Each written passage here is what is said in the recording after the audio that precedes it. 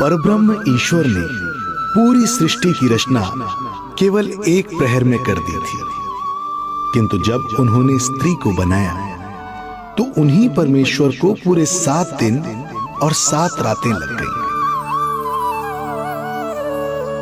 क्योंकि उन्हें स्त्री के व्यक्तित्व में मां बनने की अद्भुत क्षमता का निर्माण करना था,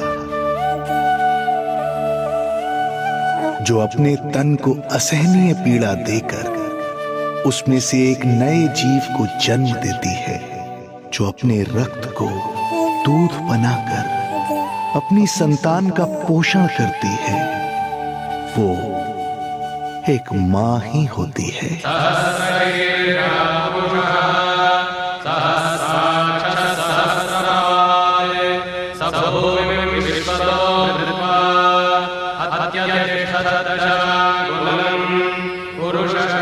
स्वयं भगवान श्री विष्णु भी मां की इस ममता से दूर ना रह पाए, विवश हो गए धरती पर अवतार लेने के लिए।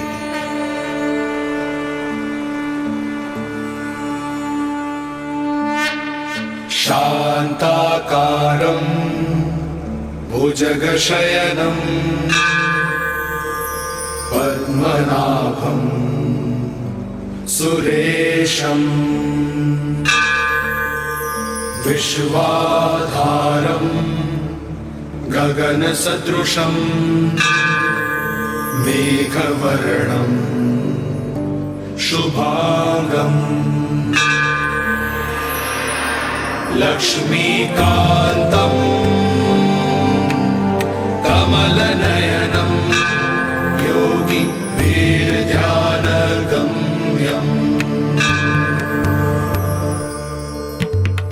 वन्दे विष्णुं भवभयहरं सर्वलोकैकनाथम्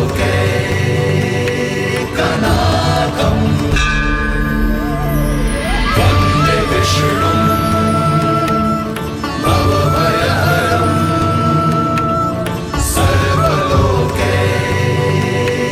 सर्वलोकैकनाथम्।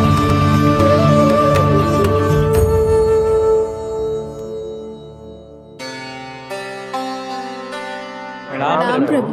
प्रणाम प्रणाम माता।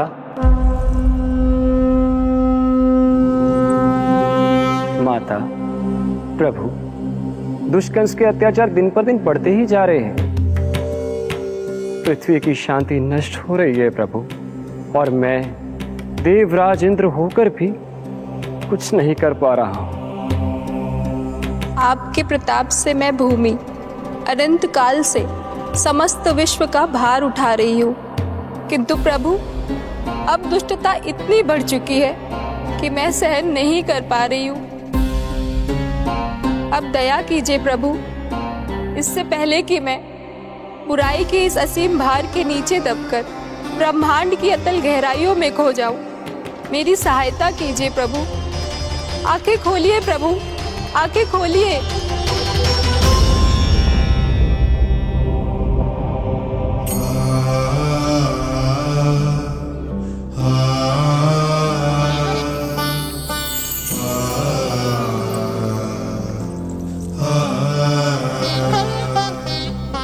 चिंता मत कीजिए, समय की पुकार को अनसुना नहीं करूंगा।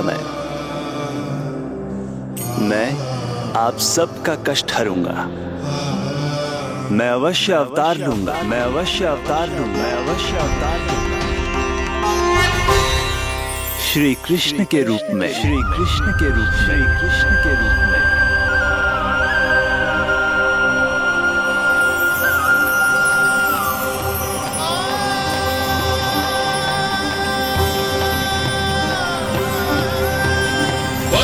वसुदेवसुतं देवं कंसचाणूरमर्दनम्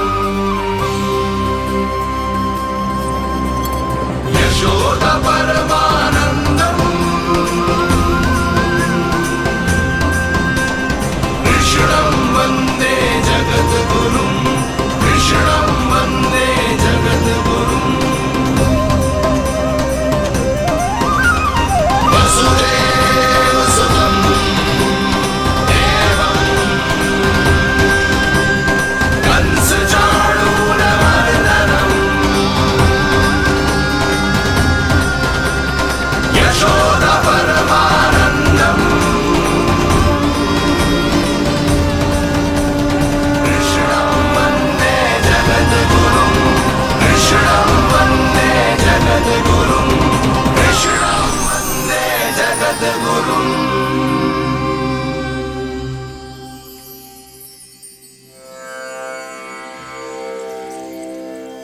कंस का वध करूंगा। ऐसी परिस्थितियां उत्पन्न करूंगा जिनके कारण इस काल का सबसे बड़ा युद्ध होगा। कुरुक्षेत्र के मैदान में मैं सभी अत्याचारियों को एक साथ समाप्त करूंगा और इस प्रकार मैं भूमि देवी का भार अवश्य हल्का करूंगा। मैं धन्य हुई प्रभु। हम धन्य हुए प्रभु। किंतु ये सब मेरे अगले अवतार के प्रमुख कारण नहीं है। तो फिर प्रभु? मेरे अगले अवतार का सर्वप्रथम और सर्व प्रमुख कारण है मां के अलौकिक प्रेम का अनुभव करना। मैं मां की ममता के सभी रूपों का आनंद लेना चाहता हूं। उसके हाथों से भोजन करना, उसके अंग से लिपट जाना, लोरियां सुनना, संसार के सभी संकटों से सुरक्षित उसकी गोद में सोना, उसे मां मां कहकर पुकारना, सांसारिक विषयों के बारे में उससे जानना,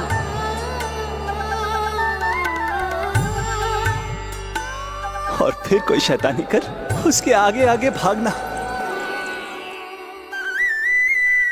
उससे डांट खाना और फिर उसे मनाने के लिए क्षमा मांगना।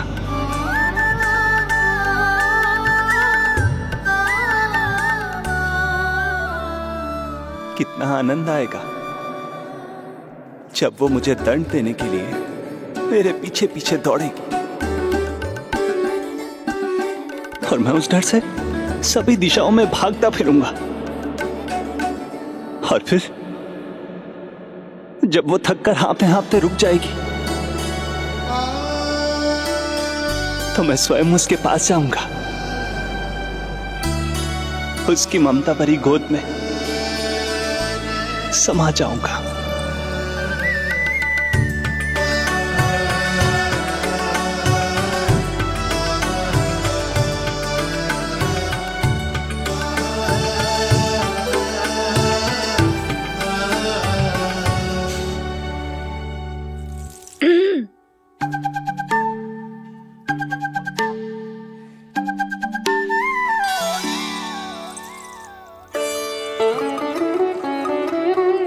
प्रभु, एक प्रश्न है।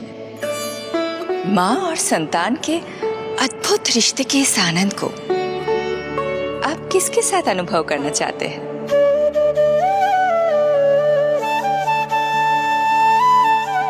प्रभु,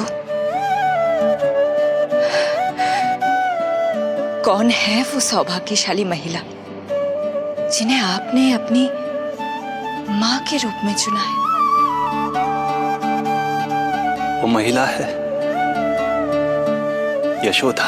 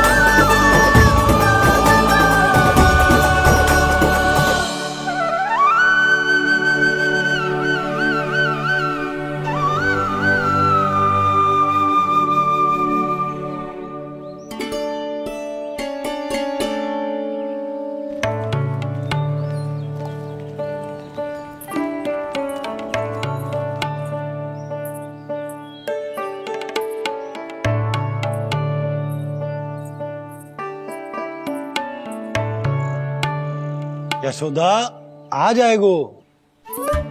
आपके जैसा बड़ा ना है कि रास्ता ढूंढते हुए अपने आप घर लौट आएगो। बस 6 महीने का बालक है, अबोध है। हे नारायण, क्षमा करना, अपने पति देव से ऊंची स्वर में बात कर ली मैंने।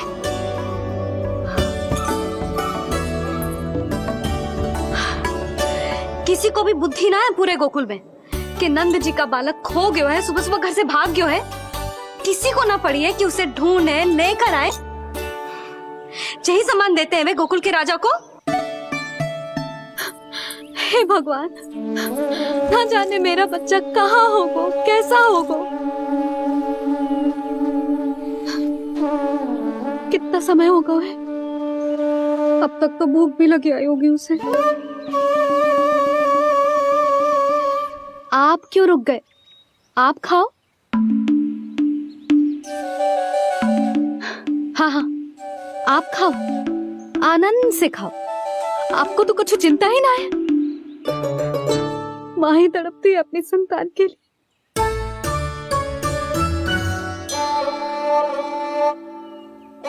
अब क्या खाली पेट काम पे जानो है? क्या कहेंगे सब कि यशोदा अपने पति को भूखा रखे? ना ना, आप खाओ, खाओ ना।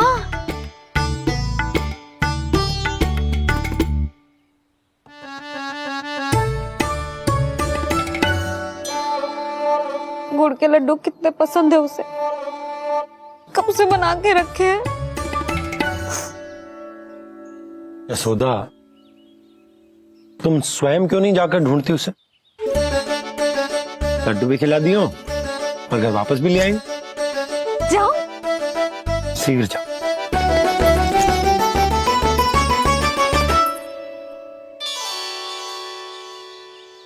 किंतु आप तो खाना खा रहे हो ना पतिदेव? वही तो, मैं खाना खा रहा हूं, परंतु वो भूखा है। तुम जाओ। वो तो भूखा है।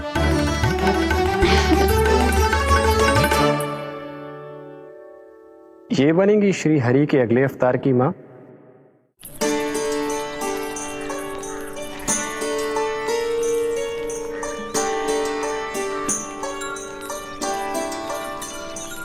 मेरे बच्चे को देखो है ना।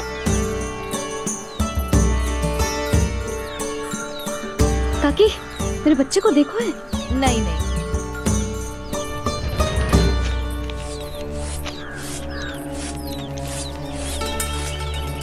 सुमति, मेरे बच्चे को देखो है क्या कहीं? नहीं तो। ना देखो। जानकी, प्रभावती, मेरे बच्चे को देखो है कहीं?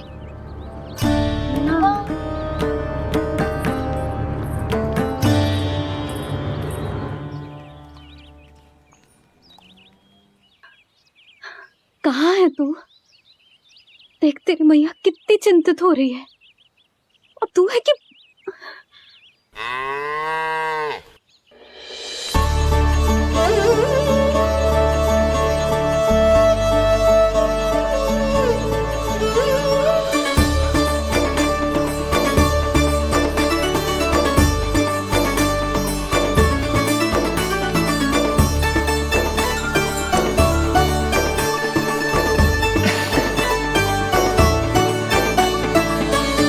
हाँ, अभी तक मैया यशोदा का लाडला यही है, 6 माह का बछड़ा। इसी पर ये अपनी सारी ममता न्योछावर करती हैं। तू फिर भाग गो। प्रतिदिन का काम होगा है तेरा। मैंने कही थी ना, मेरे बिना, अपनी मैया के बिना कहीं ना जानो है। ये संसार कितना भयानक है, कुछ मालूम है तुझे? दुष्ट भरे पड़े चारों ओर। वाह, दुनिया की अनोखी मैया और उसका अनोखा बालक, जो कि बालक है ही ना, गाय का बछड़ा है।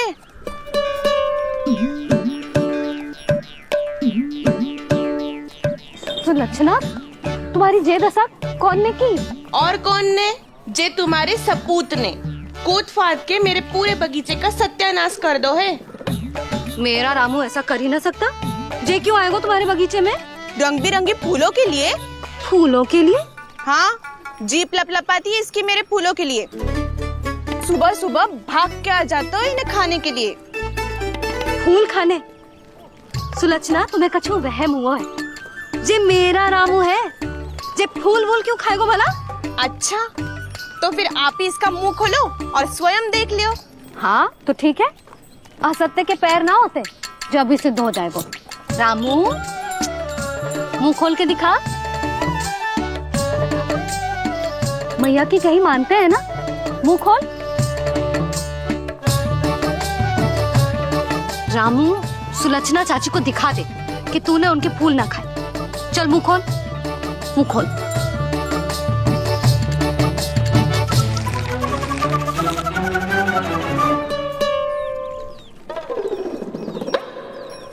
हाँ हाँ देख लो, इसने कुछ ना खाया है। हाँ हम चल रहे हैं। अरे पर मुझे भी तो देख लेने दो। सुलक्षणा, मैं नंद देव की पत्नी हूँ, तुम्हें क्या लगता है मैं असत्य बोलूंगी? ना ना जशोदा जी, लेकिन आप तो सिद्ध करने वाली थी ना। हाँ? हो तो गए हो सिद्ध। चल रामू, देर हो रही। अरे अरे वैसे रामू जी बहुत बुरी बात है, नंद जी का बालक चोरी कर दो। छी, जो अपनी वस्तु ना है उसे छूते भी ना है, समझ आई? जे करूंगी सुलक्षणा के यहाँ भरी टोकरी बेसन के लड्डू भिजवा दूंगी, प्रसन्न हो जाएगी। ये तो बड़ी चतुर है प्रभु। हाँ प्रभु, और जीवट भी है इनमें। बस यही देखा आप सबने? क्या आपने एक मां की चिंता नहीं देखी? प्रत्येक मूल्य पर अपनी संतान की रक्षा करने का स्वभाव नहीं देखा? या फिर असत्य भाषण करने पर अपनी भूल सुधारने की व्यग्रता नहीं देखी? कोई बात नहीं, मैं बताता हूं यशोदा क्या है। यशोदा पवित्रता की प्रतिमूर्ति है, विश्वास का आधार सुरक्षा की भावना है, ममता का मूर्त रूप है वो, वात्सल्य की गंगा है, भावनाओं का बहता हुआ निर्झर है। यशोदा अपने आप में परिपूर्ण है। यशोदा मां है। प्रभु, मां यशोदा निश्चित ही अद्भुत है। जिनके यहाँ आप पुत्र बनकर जाना चाहते हैं, उन्हें तो असाधारण होना ही है। किंतु प्रभु, आपके दिए हुए वचन के अनुसार आपको देवी देवकी का पुत्र बनकर जाना है, तो फिर आप एक ही जन्म में दोनों माताओं के पुत्र कैसे बन सकते हैं? आपका प्रश्न उचित है इंद्रदेव। पूर्व काल में प्रजापति सुतप्पा और उनकी पत्नी प्रश्नी ने मेरी घोर तपस्या की थी। उनके आग्रह करने पर मैंने उन्हें वरदान दिया था कि जब वो देवकी और वसुदेव के रूप में पृथ्वी पर आएंगे, तब मैं उनका अष्टम पुत्र कृष्ण बनकर जन्म लूंगा।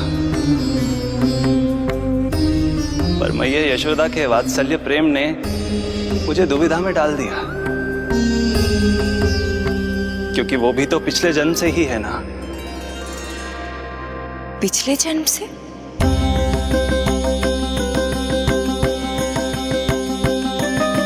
पिछले जन्म में मैया यशोदा 8 वसुओं में से एक श्री द्रोण की पत्नी धरा थी।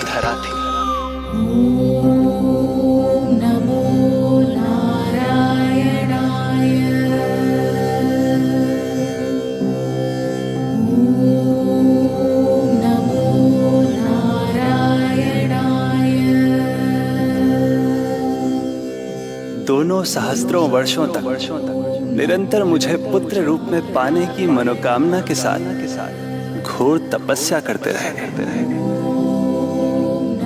अपने तप में वो दोनों इतने लीन थे कि प्रकृति की कोई भी शक्ति उनका ध्यान भंग नहीं कर पाई। किंतु फिर एक दिन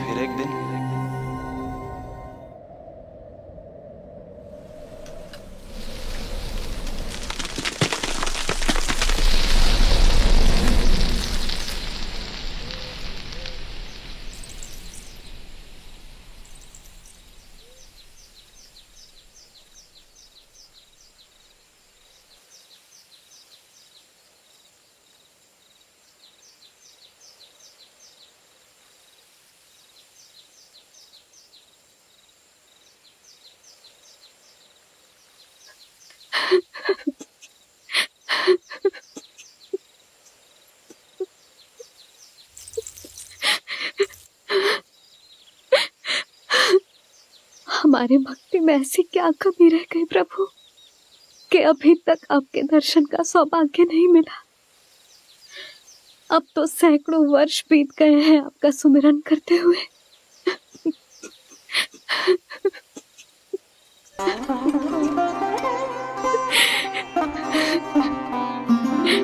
साचा सुमिरन सबसे हरि का, साचा है हरि नाम।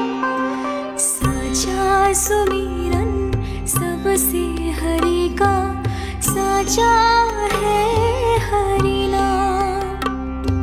जिनकी कृपा से बन जाते हैं सबके बिगड़े काम, सबके बिगड़े काम। साचा सुमिरन सबसे हरि का, साचा है हरि नाम। आतुर है आंचल का उपवन, सुनने को पैजनिया छुन छुन। मधुर मधुर तुतलाती बोली, खेले संग संग आँख में चोली। मेरे मुख पे भी दे दो प्रभु ममता भरी मुस्कान। साचा सुमिरन सबसे हरि का, साचा है हरि नाम। भक्त बिना भगवान है जैसे, माता बिन संतान के वैसे। हरि बिन मेरा जीवन सूना, भगवान लाज मेरी रख लो ना। भगवान लाज मेरी रख लो ना।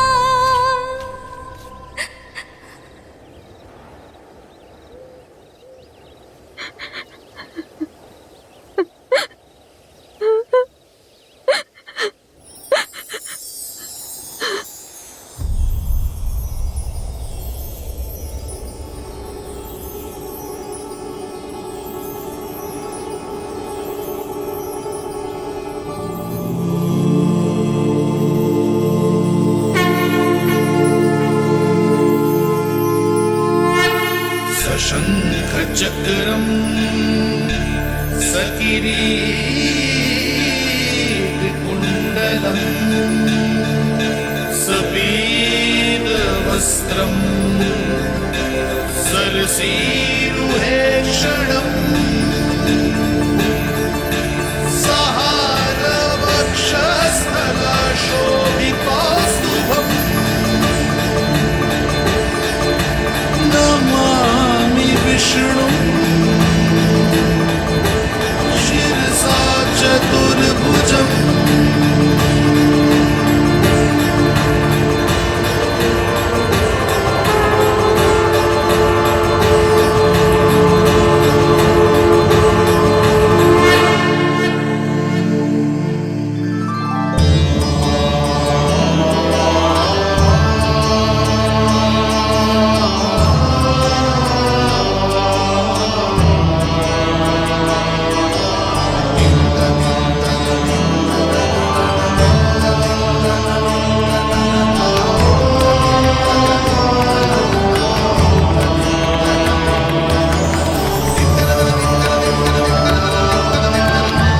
कहिए कहिए, क्या वरदान पाना चाहते हैं आप? प्रभु, हम आपकी सेवा करना चाहते हैं, परंतु भक्त की भांति नहीं, अभी तो माता पिता के समान। आपका एक पुत्र के रूप में पालन पोषण करें। आप हमें माँ पिता के भांति प्रेम दें और हम आप पर अपनी ममता न्योछावर कर सकें। बस इतनी ही इच्छा है प्रभु। आपकी इच्छा पूर्ण होगी। मैं आपकी संतान के रूप में अवश्य आऊंगा, किंतु उसके लिए आपको मेरे अगले अवतार के बाद एक और अवतार की प्रतीक्षा करनी होगी, क्योंकि अगले जन्म के लिए मैं पहले ही ये वरदान माता देवकी को दे चुका हूं। प्रभु, किसी भी जन्म में आपको अपने पुत्र के रूप में पाना मेरा सौभाग्य होगा, किंतु मेरी ममता मेरे वश में नहीं है। प्रभु, आप साक्षात मेरे सामने खड़े हैं, किंतु मेरे नेत्र आपके इस दिव्य चतुर्भुज रूप को नहीं देख पा रहे। इन्हें तो आप अभी से बाल रूप में दिखाई दे रहे हैं। मेरे भीतर उमड़ती ममता की ज्वार का अनुभव कीजिए प्रभु। केवल कल्पना मात्र से मेरा वक्षस्थल दूध से भराया है। ये गोद तरसने लगी है, मन अभी से लोरिया गाने लगा है। मेरे इस अनुरोध को स्वीकार कीजिए प्रभु, कृपा करें।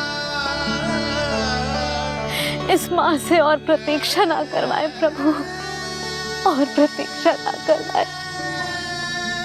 उस पल माता धरा की ममता भरी भक्ति और प्रेम भाव को देखकर मेरे मुख से भी वो शब्द निकल ही पड़ा जिसे एक बच्चा पहली बार बोलना सीखता है, माँ।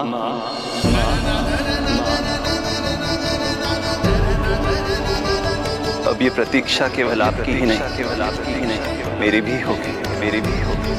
मैं भी तरसूंगा आपका पुत्र बनने के लिए। इस समय मैं विवश हूँ,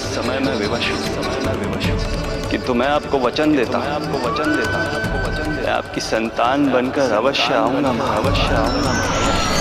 प्रभु,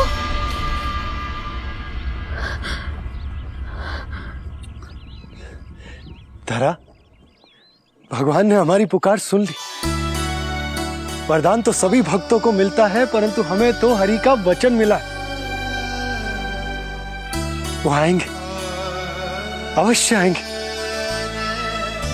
अब हमें केवल उस शुभ दिन की प्रतीक्षा करनी है। अब और प्रतीक्षा नहीं होगी मुझसे।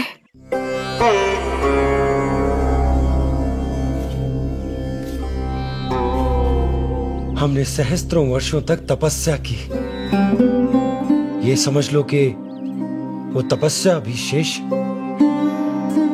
नहीं। श्री हरि को अपने सामने देखकर मेरी व्याकुलता का बांध टूट गया है। 2 जन्म बहुत बड़ा समय होता है स्वामी। अपने पुत्र के रूप में हरि को गोद में खिलाने के लिए अब मैं और 2 जन्मों तक प्रतीक्षा नहीं कर सकती।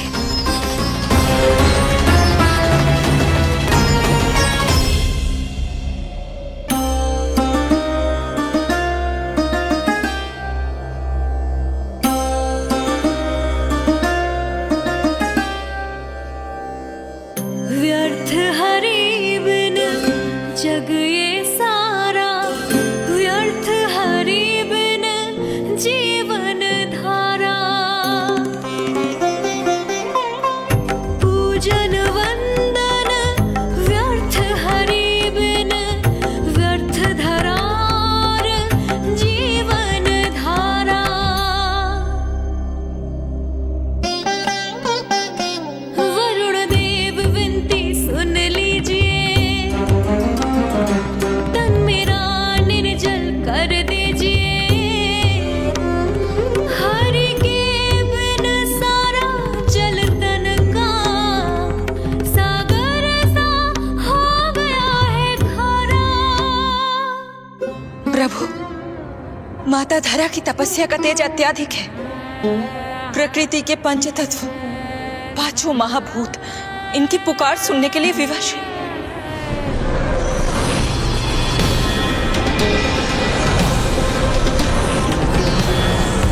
धरा, प्रिय, ये क्या कर रही? रुक जाओ। जठराग्नि सब दूर ये कर दो, अग्नि देव मेरे ताप को हर लो। माता जो वंचित ममता से, जग में नहीं उसको कुछ प्यारा। पूजन वंदन व्यर्थ हरि बिन व्यर्थ धरार जीवन धारा। प्रभु, यदि अग्निदेव अपना अग्नि तत्व वापस ले लेंगे तो इनकी पाचन शक्ति नष्ट हो जाएगी और जीवित रहने के लिए शारीरिक तापमान भी अति आवश्यक होता है। यदि वही विलुप्त हो गया तो धरा, तुम्हें मेरी सौगंध मत करो ये। हे भूमाता आकृति दाता, मिथ्या है ये माटी का ढांचा। माटी मुक्त करो इस तन से, जब ना मिला हरि का सहारा। प्रभु, भू तत्व ही तन को भार देता है, उसके बिना ये तो पूरी तरह से ढह जाएंगी। धरा, धरा, ये क्या हो गया? बस करो अब। प्रभु, कुछ कीजिए। मैं संसार का संचालक हूं देवी। नियमों का पालन करने के लिए मैं भी बाध्य हूं। जो वचन मैं पहले ही माता देवकी को दे चुका हूं, यदि मैं चाहूं तो भी उसे तोड़ नहीं सकता।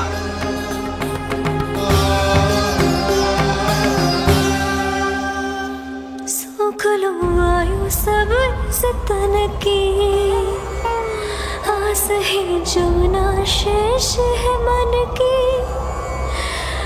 वायु देव कृपा करो अब ये, रोक दो इन श्वासों की धारा।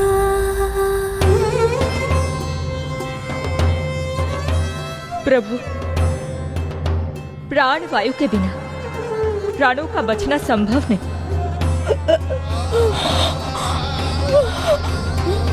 धरा, धरा, धरा, धरा, बस करो अब। क्या तुम अपनी सुध-बुध खो चुकी हो? तुम्हारे प्राणों में मेरे भी प्राण बसते हैं प्रिय। रुक जाओ। हे आकाश देव, तुमको मेरा अंतिम प्रणाम। अंतरात्मा लीन करो मेरी,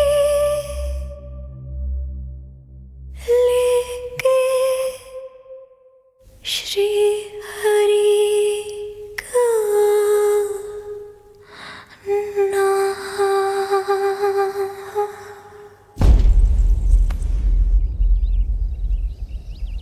धरा, धरा, धरा, ये क्या कर लिया तुमने? धरा, कोई है, कोई है, सहायता कीजिए। धरा, जल, धरा, तुम चिंता मत करना, मैं यही हूं। मैं 2 क्षण में जल लेकर आता हूं।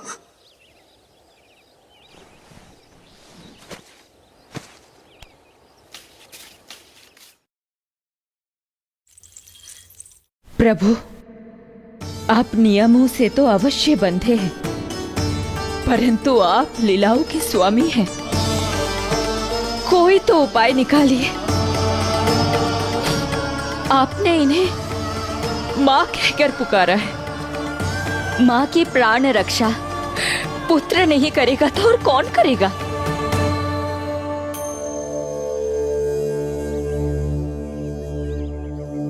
प्रेम ना जिसकी सीमा कोई, ना कोई आया माँ की ममता के आगे विवश हुए भगवान, विवश हुए भगवान।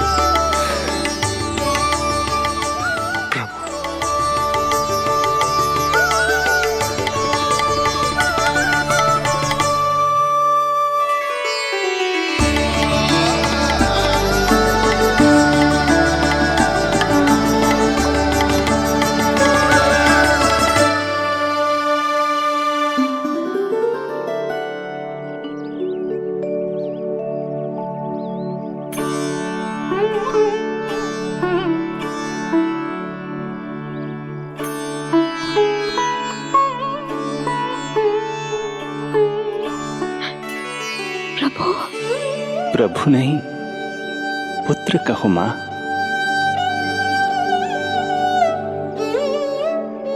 पुत्र, मेरा पुत्र, मेरा पुत्र।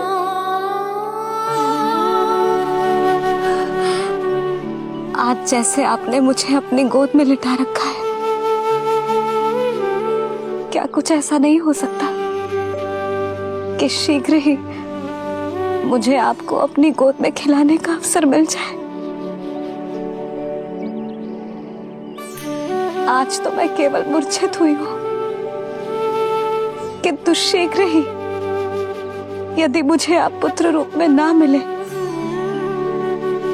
तो मेरे प्राण चले जाएंगे। ऐसा ना कहो मां।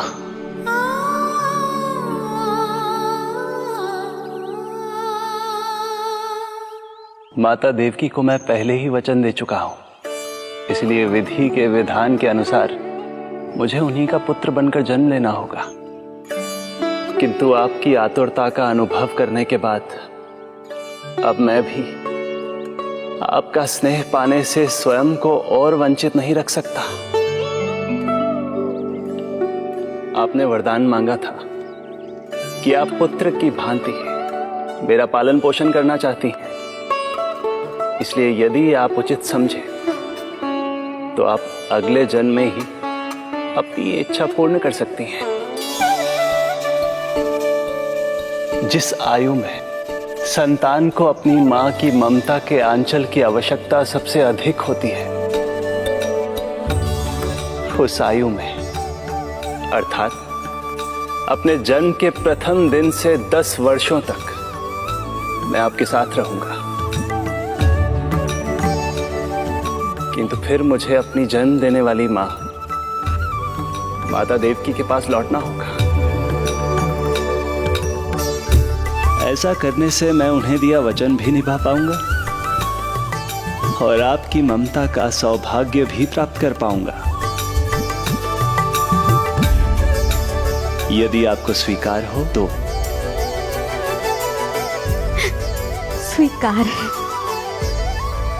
स्वीकार है प्रभु, सहर्ष स्वीकार है।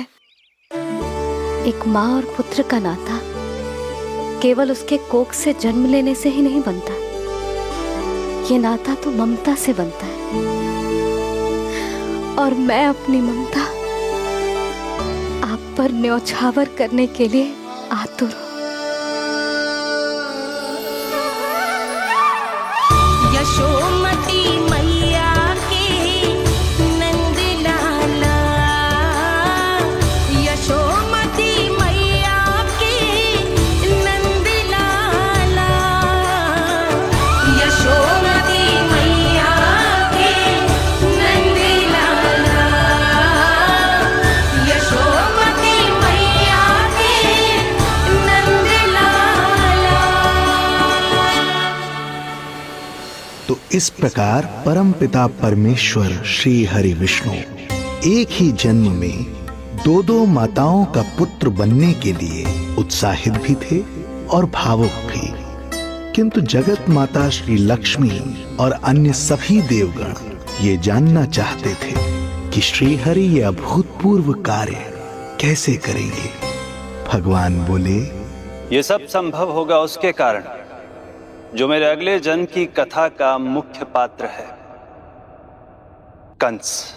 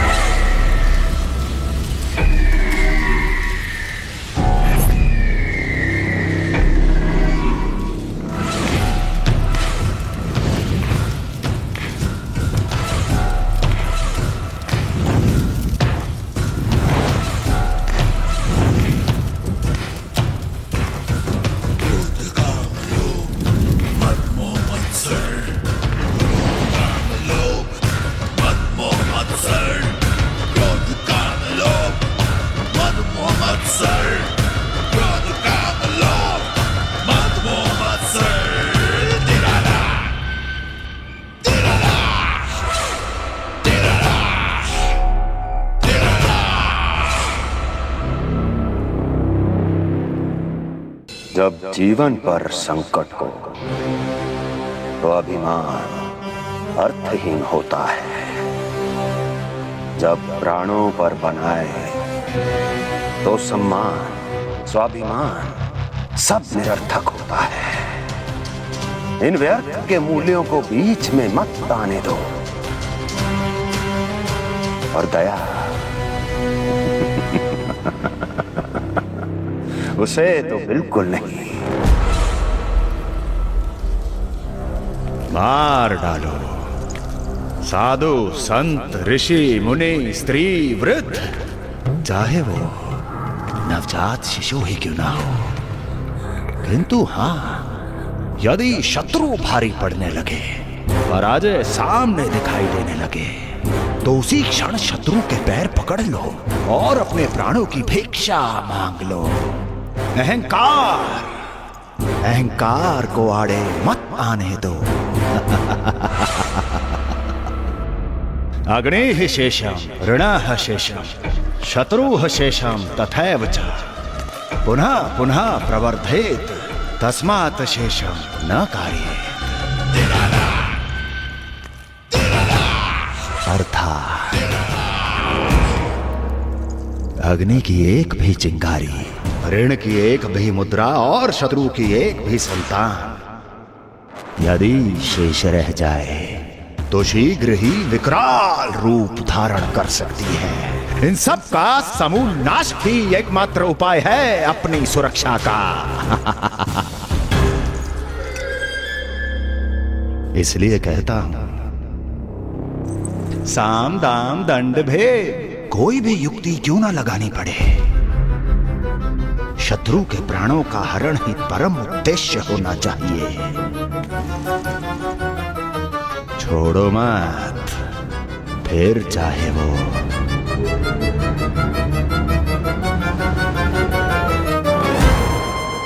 विष्णु ही क्यों ना हो।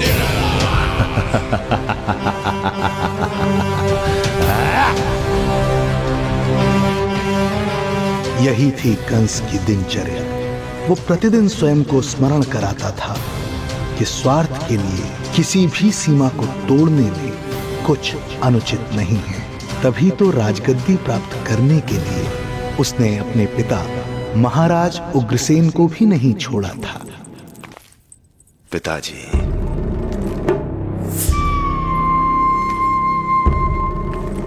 हो सके तो मुझे क्षमा कर दीजिएगा।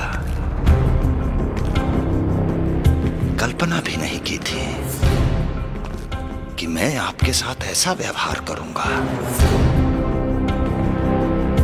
आपको प्रतीत हो रहा होगा कि मैं क्रूर हूं, स्वार्थ में अंधा हो गया हूं, किंतु मैं विवश हूं।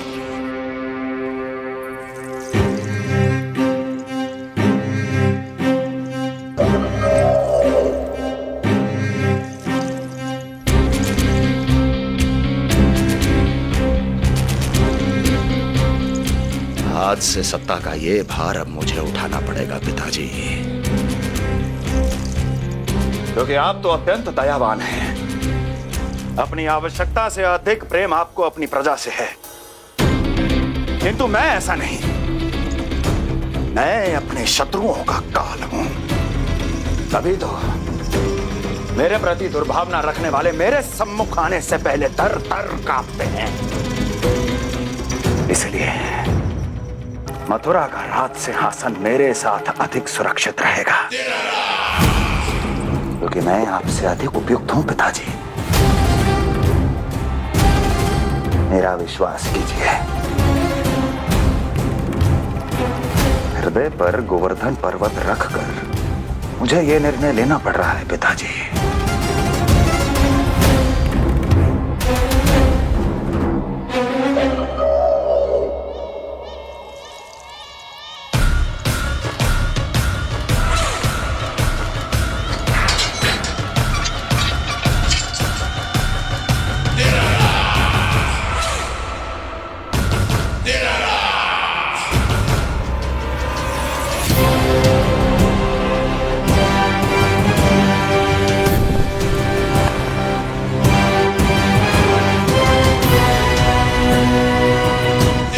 चाबी यमुना में फेंक देना।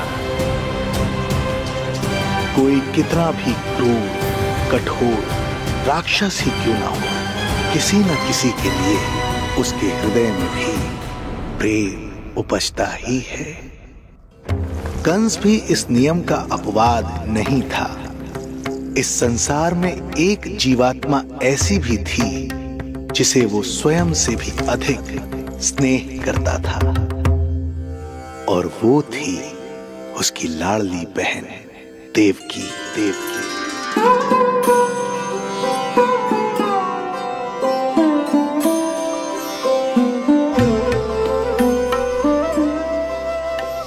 देवकी के लिए कंस एक राजा नहीं, मात्र भाई था, जो अपनी बहन की छोटी सी मुस्कुराहट के लिए आकाश पाताल एक कर सकता था। अत्यंत धूमधाम से उसने अपनी देवकी का विवाह यादवराज वसुदेव के साथ संपन्न करवाया। रुको।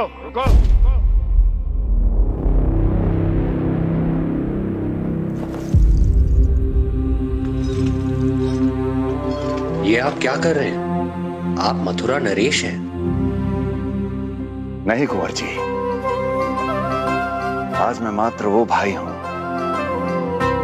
जो अपनी प्रिय बहन के साथ बस कुछ क्षण और व्यतीत करना चाहता है। कंस के हृदय में देवकी के लिए उमड़ता प्रेम का सागर तब अचानक सूख गया जब उसने ये आकाशवाणी सुनी। महापापी अत्याचारी कंस,